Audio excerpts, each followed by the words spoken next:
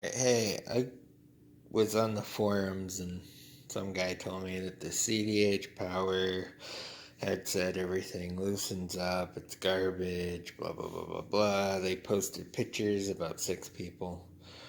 And I said, I use it on a straight fork and have no issues. It never loosens up.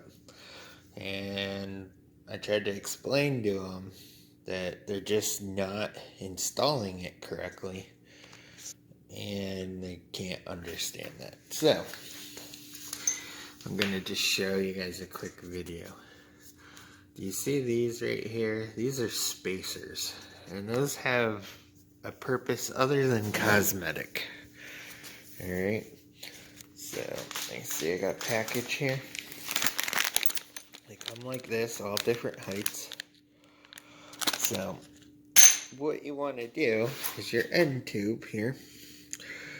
You put in your nut. There's a pipe nut that gets pushed in. It's a star shape, and when you pull it back out, it's very hard to remove.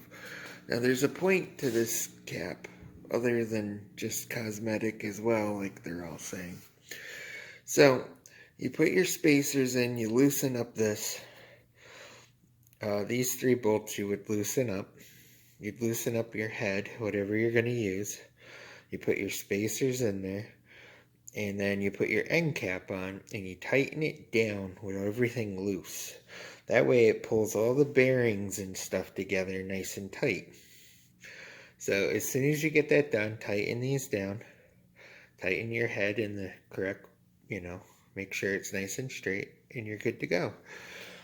But without these spacers right here, over time this bearing will loosen up and you get slop in it, and that's just kind of a common knowledge thing that everybody does with that type of threadless headset, I guess. Some people just don't know this. I don't know.